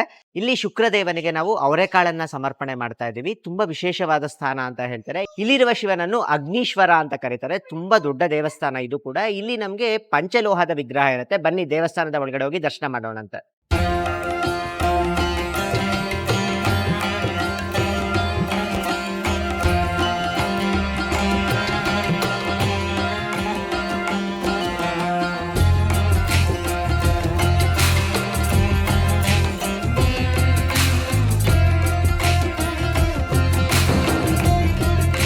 ಬೇರೆ ಎಲ್ಲ ನವಗ್ರಹ ದೇವಸ್ಥಾನಗಳಲ್ಲಿ ಸಾಧಾರಣವಾಗಿ ನಾವು ಶಿಲಾಮೂರ್ತಿಗಳನ್ನ ನೋಡ್ತಾ ಇದ್ವಿ. ಬಟ್ ಈ ಶುಕ್ರನ ದೇವಸ್ಥಾನದಲ್ಲಿ ನಮಗೆ ಶಿಲಾಮೂರ್ತಿ ಇರೋದಿಲ್ಲ.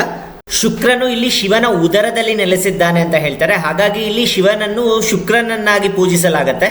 ಇಲ್ಲಿ ಪ್ರತ್ಯೇಕ ಆಲಯದಲ್ಲಿ ಶುಕ್ರನ ಪಂಚಲೋಹದ ಮೂರ್ತಿಯನ್ನ ನೋಡ್ಬೋದಾಗಿರುತ್ತೆ. ಇಲ್ಲಿ ಸತಿ ಸಮೇತ ಶುಕ್ರನು ನೆಲೆಸಿರ್ತಾನೆ. ತುಂಬಾ ಸುಂದರವಾದ ವಿಗ್ರಹ ಅಂತ ಹೇಳ್ಬೋದು. ಇನ್ನೂ ಶುಕ್ರ ಜಾತಕದಲ್ಲಿ ಬಲಿಷ್ಠನಾಗಿದ್ರೆ ಆ ವ್ಯಕ್ತಿಗೆ ಸಕಲ ಸುಖ ಭೋಗಗಳನ್ನ ಅನುಭವಿಸ್ತಾರೆ. ಹಾಗೆ ಜೀವನದಲ್ಲಿ ಪ್ರೀತಿ ಮತ್ತೆ ಹಣದ ಕೊರತೆ ಇರುವುದಿಲ್ಲ. ಇನ್ನು ಶುಕ್ರ ಗ್ರಹ ನೀಚ ಸ್ಥಾನದಲ್ಲಿದ್ದರೆ ದಾಂಪತ್ಯದಲ್ಲಿ ಕಲಹ ಇರುತ್ತೆ, ಆರ್ಥಿಕ ಮುಗ್ಗಟ್ಟಿರುತ್ತೆ, ಚರ್ಮ ರೋಗಗಳಿರುತ್ತೆ, ಹಾಗೆ ಮಧುಮೇಹದಂತ ಸಮಸ್ಯೆಗಳಿರುತ್ತೆ. ಅಂಥವರು ಈ ದೇವಸ್ಥಾನಕ್ಕೆ ಬಂದು ದೇವರ ದರ್ಶನ ಮಾಡ್ಕೊಳ್ಳೋದ್ರಿಂದ ಅವರ ಎಲ್ಲಾ ಕಷ್ಟಗಳು ಪರಿಹಾರ ಆಗತ್ತೆ ಅನ್ನೋ ಒಂದು ಭಕ್ತರಲ್ಲಿ ನಂಬಿಕೆ ಇದೆ. ಇಲ್ಲಿಗೆ ನಮ್ಮ ನವಗ್ರಹ ಯಾತ್ರೆ ಕಂಪ್ಲೀಟ್ ಆಗಿದೆ. ನಾನು ನಿಮಗೆ 9 ಗ್ರಹ ದೇವಸ್ಥಾನದ ಬಗ್ಗೆ ಸಂಪೂರ್ಣವಾಗಿ ಮಾಹಿತಿ ಕೊಟ್ಟಿದ್ದೀನಿ ಅಂತ ಅನ್ಕೋತೀನಿ. ಹಾಗೆ ಇಲ್ಲಿಂದ ನಾವು ಇನ್ನ 2 ಪ್ರಮುಖವಾದ ದೇವಸ್ಥಾನಕ್ಕೆ ಹೋಗ್ತಾ ಇದ್ದೀವಿ. ಒಂದನ್ನ ತಿರುಮನಂಚರಿ ಅಂತ ಕರೀತಾರೆ, ಹಾಗೆ ಇನ್ನೂ ಒಂದು ಗರ್ಭರಕ್ಷಾಂಬಿಕಾ ದೇವಸ್ಥಾನ ಅಂತ. ಈ 2 ದೇವಸ್ಥಾನಗಳ ಬಗ್ಗೆ ಮುಂದಿನ ವಿಡಿಯೋನಲ್ಲಿ ನಿಮಗೆ ಮಾಹಿತಿ ಕೊಡ್ತೀವಿ. ಹಾಗೆ ಇನ್ ಕೇಸ್ ಏನಾದ್ರು ನೀವು ಕುಂಭಕೋಣಂನಲ್ಲಿ ಸ್ಟೇ ಆಗಬೇಕು ಅಂತ ಅನ್ಕೊಂಡಿದ್ರೆ ನಾವಿದ್ದಿದ್ದು ರೂಮ್ ಬಂದ್ಬಿಟ್ಟು ಹೋಟೆಲ್ ಡೈಮಂಡ್ ಅಂತ. ನಮ್ಮ ಕಳೆದ ವಿಡಿಯೋನಲ್ಲಿ ನಿಮಗೆ ಆ ರೂಮ್ ಹೇಗಿದೆ ಅಂತ ಸಂಪೂರ್ಣವಾಗಿ ತೋರಿಸಿದ್ದೀನಿ. ಹಾಗೆ ನಾವು ಹೋಗಿದ್ದ TTE ಫೋನ್ ನಂಬರ್ ಕೂಡ ನಾನು ಡಿಸ್ಕ್ರಿಪ್ಷನ್ ಬಾಕ್ಸ್ ನಲ್ಲಿ ಕೊಟ್ಟಿರ್ತೀನಿ. ಇನ್ ಕೇಸ್ ಏನಾದ್ರು ನಿಮಗೆ ಬೇಕು ಅಂದ್ರೆ ಉಪಯೋಗಿಸ್ಕೊಳ್ಬಹುದಾಗಿರುತ್ತೆ. ಇಲ್ಲಿಗೆ ನಮ್ಮ ವಿಡಿಯೋನ ಎಂಡ್ ಮಾಡೋ ಸಮಯ ಬಂದಿದೆ. ನಿಮ್ಗೆ ಏನಾದ್ರು ಈ ವಿಡಿಯೋ ಇಷ್ಟ ಆಗಿದೆ ದಯವಿಟ್ಟು ಲೈಕ್ ಮಾಡಿ, ಶೇರ್ ಮಾಡಿ ಮತ್ತೆ ಸಬ್ಸ್ಕ್ರೈಬ್ ಮಾಡ್ಕೊಳ್ಳಿ ಅಂತ ಹೇಳ್ತಾ ಮುಂದಿನ ವಿಡಿಯೋ ಒಂದಿಗೆ ಮತ್ತೆ ಭೇಟಿ ಆಗೋಣ. ಅಲ್ಲಿಯವರೆಗೂ ಎಲ್ಲರಿಗೂ ನಮಸ್ಕಾರ. ಓಂ ನಮಃ ಶಿವಾಯ.